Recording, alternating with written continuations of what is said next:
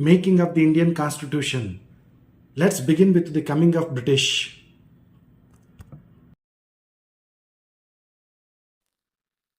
Historical forces and factors for British success in India.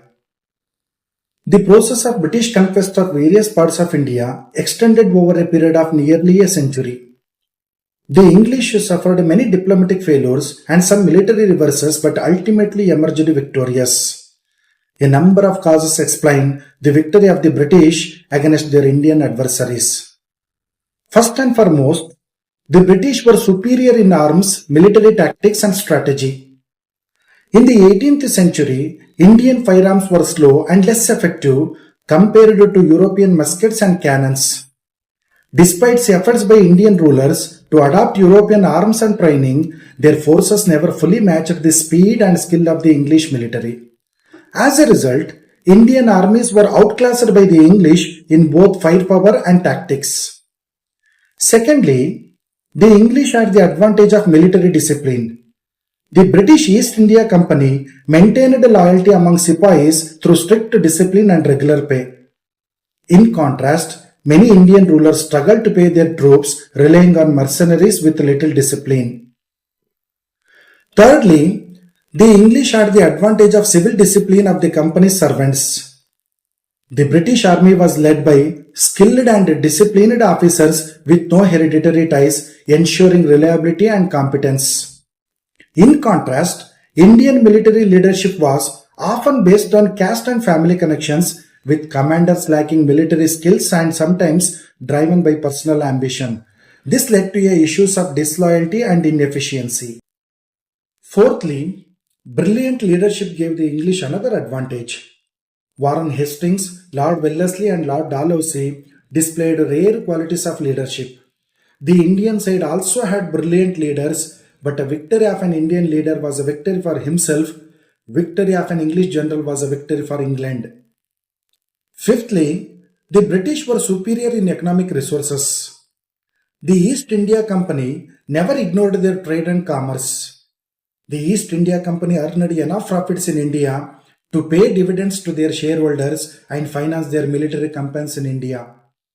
But the Indian rulers, in contrast, faced financial instability and struggled to maintain resources for their names. British conquest of India, whether it is accidental or planned. Perhaps it will be more correct to suggest that the process of conquest of India was accidental, but in the later stages it was planned and intentional.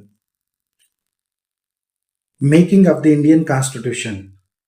India, known as the world's largest democracy, is also home to the world's largest written constitution.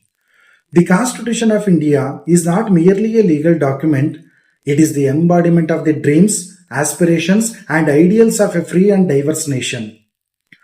It represents the hopes of millions of people who fought for independence and the vision of a democratic society where every individual, regardless of caste, creed, religion or gender, is given equal rights and opportunities.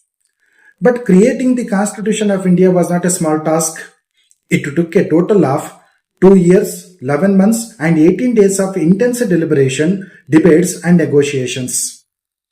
In a country as diverse as India, with its many languages, cultures and religions, drafting a single document that would unite everyone under one national identity was a monumental challenge.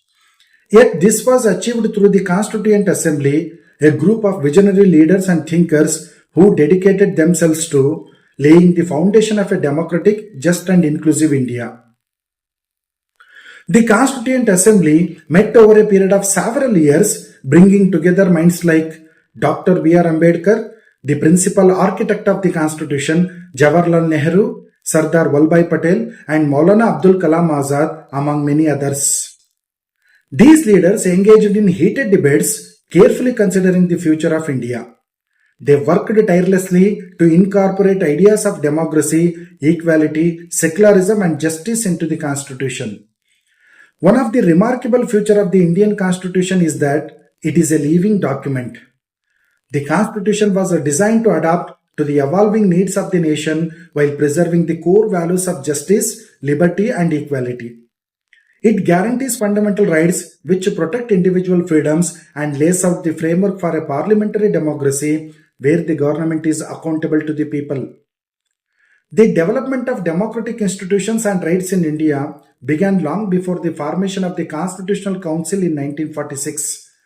Since 1858, the British introduced various constitutional regulations.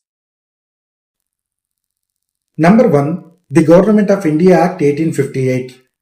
This act marked the end of the East India Company's rule and transferred governance to the British Crown. It established the office of Viceroy and a Secretary of State for India to oversee administration. Number 2. The Indian Council Act 1861. This act expanded the Executive Council of the Viceroy, allowing for Indian representation, though still limited. It aimed to introduce some Indian participation in legislative matters but kept control in British hands. Number 3. The Indian Council Act 1892. This act slightly increased Indian participation by adding more members to the legislative councils. However, the British still held most of the decision-making power and Indians had little influence. Number 4. The Indian Council Act 1909. Marley-Minto reforms. This act allowed for separate electorates for Hindus and Muslims, giving some political rights to Indians. It also increased the number of Indians in the legislative councils but still maintained British dominance. Number 5. The Government of India Act 1919. Montego-Chelmsford reforms.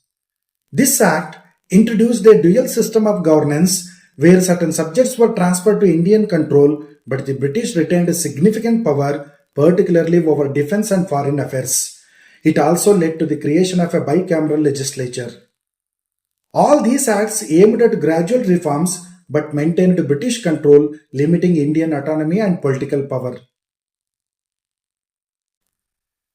The Nehru Report, drafted in 1928 under the leadership of Motilal Nehru, was the first attempt by Indians to prepare a constitutional framework for an independent India. It was a response to the Simon Commission, which had no Indian representation. The Government of India Act 1935 was a significant constitutional reform introduced by the British government aiming to grant greater self-governance to India. While the act was seen as a step towards self-rule, it was criticized for not offering full autonomy and for maintaining British dominance in key areas. In 1938, Pandit Jawaharlal Nehru, on behalf of the Indian National Congress, declared that the constitution of an independent India should be framed without any external interference, emphasizing the importance of Indian sovereignty in the process. He advocated for a democratic constitution based on the principles of adult suffrage, ensuring that every adult citizen, regardless of gender, caste or creed, would have the right to vote. Nehru's vision was to create a constitution that truly reflected the aspirations of the Indian people, free from colonial influence, and to establish a government that was accountable to the people, marking a decisive step toward India's independence and democratic future. The August offer, presented by the British government on 8 August 1940, was an attempt to address Indian demands for greater political representation during Second World War. In response to growing discontent and the Quit India movement's rising support, the British promised constitutional reforms and the inclusion of Indians in the decision-making process. It proposed the formation of a constitutional framework with Indian participation in the war effort and the creation of a war advisory council. However, the offer fell short of granting substantial autonomy and did not meet the INC's demand for full independence. The offer was largely seen as a way to retain British control while attempting to placate Indian leaders, but it was rejected by the Indian National Congress, which called for immediate self-rule.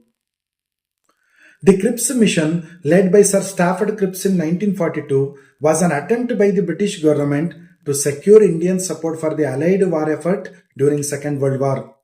Cripps offered India a promise of full self-government after the war, including the establishment of a Constituent Assembly to draft a new constitution. The Cabinet Mission of 1946, led by Lord Pettick Lawrence, Sir Stafford Cripps and A.V. Alexander was sent to India to resolve the political crisis and pave the way for independence. The mission aimed to create a framework for a new constitution and address the demands of the Indian National Congress and the Muslim League as well. It proposed a federal structure with significant autonomy for provinces and recommended the formation of a constituent assembly to draft India's constitution. It also suggested grouping provinces into three categories based on religious majorities, addressing the Muslim League's concerns. Despite these efforts, disagreements between the Congress and Muslim League over the power sharing arrangement led to the mission's failure, but it set the stage for India's eventual independence and partition. The Cabinet Mission of 1946 proposed a Constituent Assembly to frame India's future constitution with a total of 389 seats. Out of these, 296 seats were allocated to British India, while 93 seats were allocated to the princely states. In the elections held between July and August 1946, the Indian National Congress won 208 seats, the Muslim League secured 73 seats, and 15 seats went to independent candidates. The Constituent Assembly of India was convened on December 9, 1946, marking a significant moment in India's constitutional history. The assembly, however, was not without its challenges. The Muslim League had boycotted the meeting, and prominent leaders like Mahatma Gandhi and Muhammad Ali Jinnah were absent. Despite this, 211 members attended the first session. Dr. Satchidananda Sinha was appointed as the temporary president, and Dr. Rajendra Prasad was later elected as the permanent president of the assembly on December 11, 1946. On December 13, 1946, Jawaharlal Nehru presented the Objectives Resolution, which laid down the vision for independent India. It outlined the goals of the Indian Constitution, including sovereignty, equality, justice, and the protection of minorities. This resolution was unanimously adopted on January 22, 1947, and became the foundation for India's Constitution, later reflected in the preamble. The announcement by Clement Attlee, the British Prime Minister, on February 20, 1947 that Britain would transfer power to India led the way for the partition. On June 3, 1947, Lord Mountbatten presented the Mountbatten Plan, leading to the division of India and Pakistan. The Independence of India Act 1947 made the Constituent Assembly a sovereign body, and its membership decreased from 389 to 299 due to the partition. This shift made the Assembly both a legislative body and a constituent body.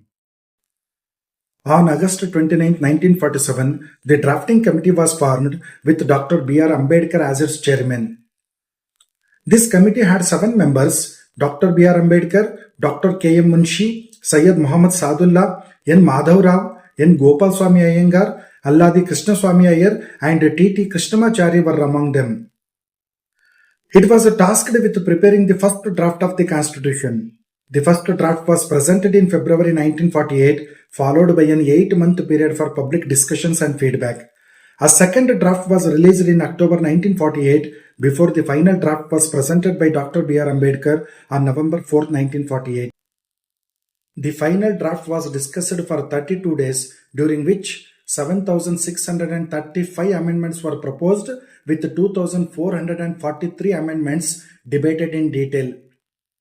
The Constitution was eventually adopted on November 26, 1949, and it included 395 articles, 8 schedules, and 22 parts. This process spanned 2 years, 11 months, and 18 days, marking the culmination of the hard work of the Constituent Assembly.